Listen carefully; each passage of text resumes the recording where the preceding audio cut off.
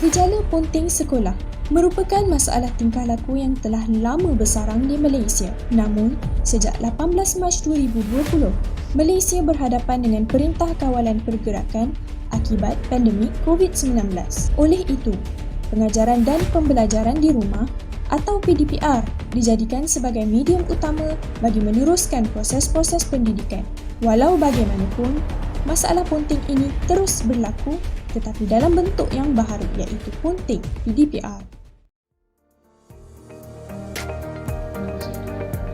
Saya Rushda Ashkin binti Muhammad Askrim. Saya Nurmadiha binti Abdul Halim. Saya Nurul Hafizah binti Ahmad Jais. Saya Nur Iza binti Idin. Saya Muhammad Syafizan binti Ali. Saya Cheryl Stephanie Izzah binti Charles. Saya Minami binti Ponting merupakan satu masalah yang telah diperdebatkan sejak tahun 70-an lagi. Masalah ponting ini dihadapi oleh semua sektor pengajian tidak kira di peringkat rendah, menengah maupun di peringkat institut pengajian tinggi IPT. Pada masa kini pula, walaupun PDPR berada di rumah tetapi terdapat juga kes ponting PDPR berikutan peningkatan kes COVID-19 sehingga mengakibatkan pelajar-pelajar terpaksa belajar dari rumah.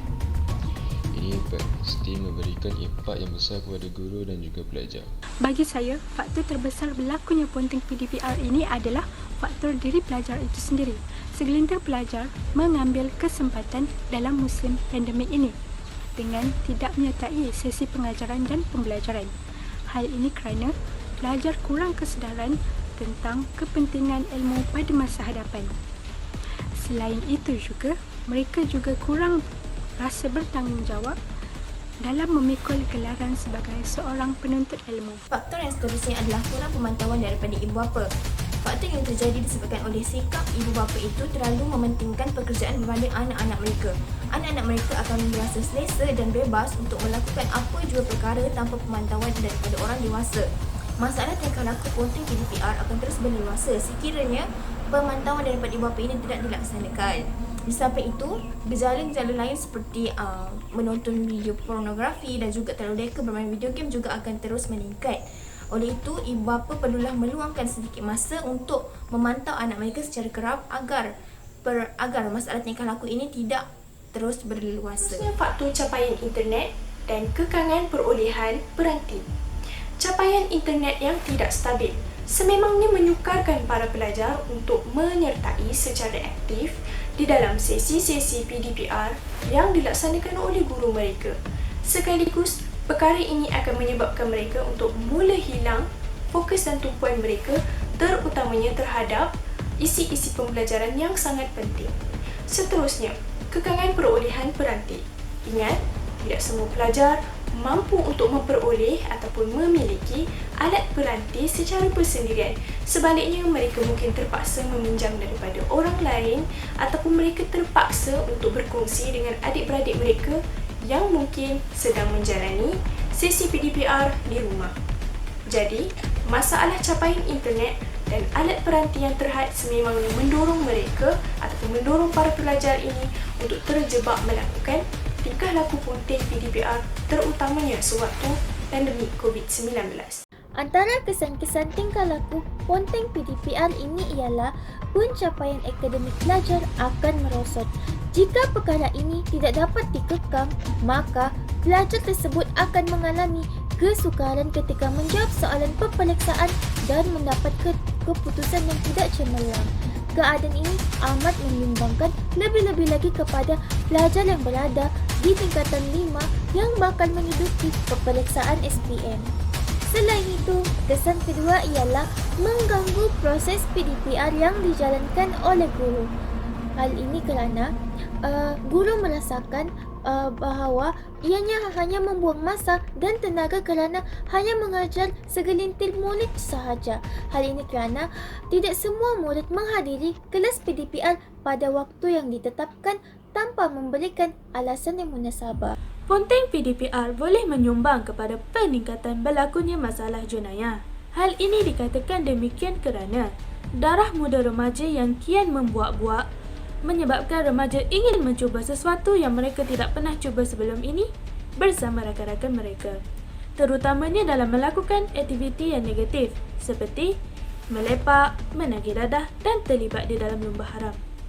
Kesan daripada peningkatan kes jenayah yang terdapat di negara kita ianya akan menyebabkan imej negara dipandang negatif oleh negara-negara lain. Negara juga akan menjadi mundur kerana negara kekurangan bakal peneraju yang berwawasan untuk memajukan negara.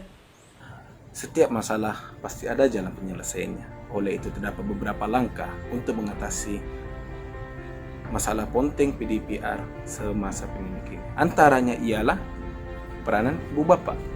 Ibu bapa seharusnya berhubung dengan guru-guru atau guru kelas untuk mengetahui kegiatan anak-anak sepanjang PDPR dijalankan.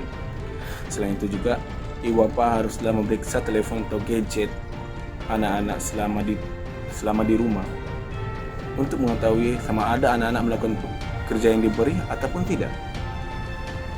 Ibu bapa juga haruslah sentiasa bertanya kepada guru kelas tentang kerja anak-anak yang diberi, dan juga ibu bapa haruslah memantau apa yang dilakukan oleh anak-anak sepanjang di rumah untuk menyiapkan kerja-kerja yang diberi oleh guru-guru.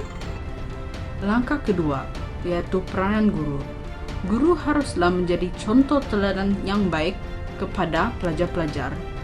Hal ini demikian kerana pelajar melihat guru sebagai model untuk meneruskan kerjaya mereka pada masa hadapan.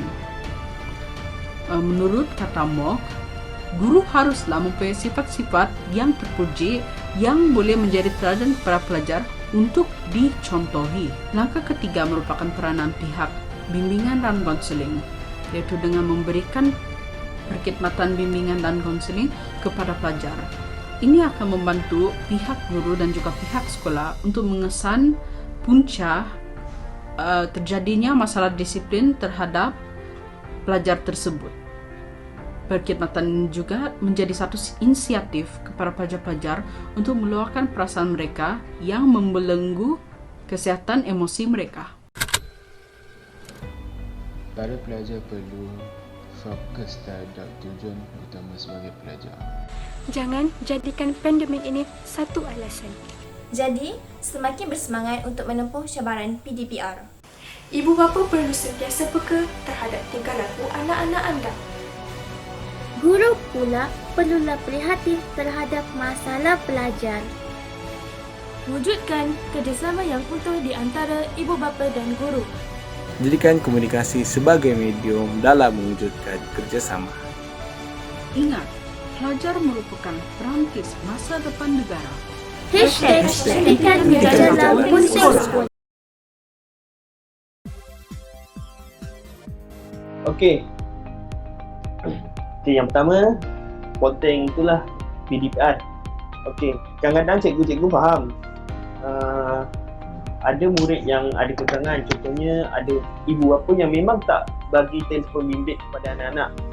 Okey, jadinya yang tak ada telefon bimbit ni kebiasaannya mereka akan buat kerja ataupun tugasan yang diberikan oleh guru waktu mak ayah diorang dah balik kerja, maknanya waktu malam lah. Okey, tapi ada segelintir yang memang macam cikgu cakap tadi langsung tak respon apa-apa. Okey, bagi yang ada perasaan tanggungjawab apa, dia hantar makna kepada cikgu. Dia akan beritahu saya ni guna handset mak, jadi saya akan hantar lewat sikit. Macam tu cikgu tak marah sangat lah, sebab cikgu take note, cikgu faham. Okay, kita pun taklah memaksa untuk sentiasa hadir secara online, tak. Itu pun ada timbang rasa. Okay, kebiasaannya lah. Kalau Ponteng PDPR yang sahaja ni, dia lebih kepada berkaitan dengan sikap lah, sikap. Maknanya kurang rasa tanggungjawab, kurang kesedaran terhadap kepentingan ilmu. Okay, tabah cekal untuk lawan perasaan malas. Semua orang ada perasaan malas. Okay, sebab itulah orang yang berjaya itu tak ramai.